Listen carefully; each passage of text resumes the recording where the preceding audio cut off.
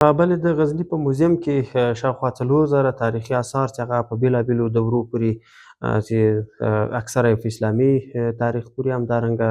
ځینې هغه اثار هم شته چې له اسلامه مخکې دورې پورې تړاو لري. ولې په ټولو کې باید یادونه وکړم چې د غزني په موزیم کې له اسلامه مخکې همدارنګه د اسلامي دورې بالخصوص د غزنویانو د دورې او له هغه وروسته د مختلفو دورو اثار هغه له موږ سره په ډیپو کې موجود دي او وخت ناوخت نندارتون ته هم تبدیلوو. بلې په ټولو کې د تاریخي اثارو او تاریخي ابداتو د ساتنې مسؤلیت او بیا رغونه دا د ولس او حکومت یا امارت ګډه دنده ده، ځکه دا د ټولو یو هویت دی او د ټولو ګډ افتخار دی. له ټولو هیوادوالو بالخصوص د غزني له متدین ولس څخه مې هیله دا ده چې د تاریخي اثارو او باستاني سیمو په ساتنه او حفاظت کې همدارنګه اړوندې او اصولي مرجع چې هغه اطلاعات فرهنګ ده د سپارلو په برخه کې له موږ سره پوره همکار واوسیږي. بلې و د غزني اطلاعات فرهنګ ریاست په ټولو کې د اطلاعات فرهنګ وزارت به انشاءالله په دې هڅه کوي تر څو هغه ځایونه چې هغه کندنو ته اړتیا لري، هغه باستاني ساحې دي، هغه په اصولي ډول باندې کندنه وکړي او حفارې وکړي، خو دغه یوې زیاتې بودیجې ته اړتیا لري او امید شته انشاءالله چې امکاناتو ته په کتو باندې به هغه اصولي اقدامات ترسره کیږي. به نام یاد خدا، من محمد شفیق یاوری هستم، مدیر نمایشگاه آثار موزیم ریاست اطلاعات فرهنگ ولایت غزنی. در مجموع ما آثارهای دوره‌های مختلف تاریخی رو در موزیم غزنی داریم که گفته میتونم که بیشتر از 3000 قلم آثار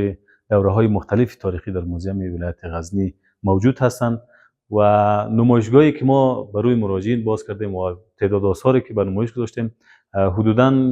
به تعداد 190 قلم آثار دوره اسلامی را صرفاً مربوط به دوره اسلامی میشه ما در این نمایشگاه به نمایش گذاشتیم. آثاری که در موزیم ریاست اطلاعات فرهنگ غزنی موجود هست متشکل از دوره کوشانی ها، یعنی گفته میتونیم که متشکل از دوره قبل از اسلام که از دوره کوشانی ها شروع و تا دوره تقریبا معاصر آثار از دوره های مختلف تاریخی رو ما در موزیم غزنی داریم. قسمی که در روایات آمده، در کتاب ها آمده و گذشته از اون قسمی که ما میبینیم، ولایت غزنی یکی از ولایت های باستانی کشور هست که این همه آثار، یعنی در مجموع تعداد آثاری که ما گفتیم که بیشتر از 3000 قلم آثار داریم، صرفا ما از دو ساحه باستانی که حفریات قانونی باستانشناسی در ولایت غزنی انجام یافته، از این دو ساحه به دست اومده که یکی ساحه تپه سردار است که بیشتر آثارهای دوره قبل از اسلام از ساحه به دست آمده و یکی هم ساحه قصر مسعود سوم و ساحه بین هر دو منار تاریخی که در اثر حفریات علمی باستانشناسی از این دو ساحه کندنکاری شده که هنوز هم تنها صرف همین دو ساحه هم هنوز ختم نشده. بنان گفته میتونم که در ولایت غزنی شاید بیشتر از ده ها هزار آثار تاریخی در ساحات مختلف ولایت غزنی باشه که هنوز زیر خاک است و این نیازمند یک پروژه سازی بسیار کلان است که ما بتونیم در آینده این پروژه سازی شود و این ساحات مختلف تاریخی ولایت غزنی حفریات شود و احتمالاً بیشتر از 10,000 قلم آثار تاریخی در ولایت غزنی موجود باشه که متاسفانه سایر ساحات هنوز حفریات نگردیده، ولی صرف اینمی دو ساحه از طرف دولت حفریات قانونی صورت گرفته و این تعداد آثاری که در موزیم نگهداری میشه این از دو ساحه. قسمی که معلوم است موزیم به هر اندازه‌ای که آثار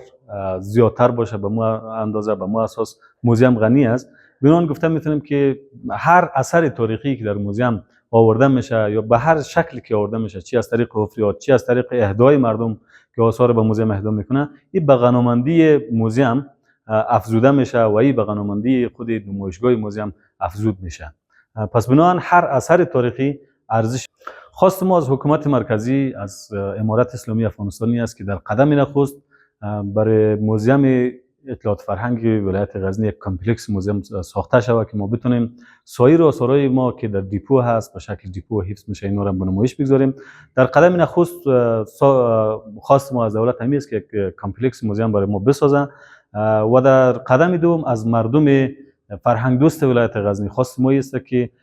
تنها مسئولیت حفظ آثار تاریخی را دولت نداره، بلکه مردم هم در قبال حفظ آثار تاریخی مسئولیت دارند. یعنی وظیفه تک تک شهروند افغانستان است که آثار تاریخی را حفظ کنه. چرا؟ به این دلیل که آثار تاریخی در حقیقت نمایندگی از دوره‌های خاص تاریخی ما شماست، یعنی سندی که مهر تایید بر دوره‌های تاریخی ما شما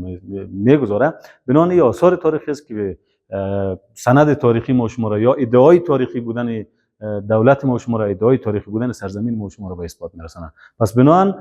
صرف وظیفه دولت نیست، بلکه وظیفه ملت هم هست که در قبال آثار تاریخی وظیفه دارن که در هر نقطه ای از کشور، تنها غزنی رو نمیگم، در هر نقطه ای از این کشور که باشه مسئولیت حفظ آثار را خود مردم هم دارن.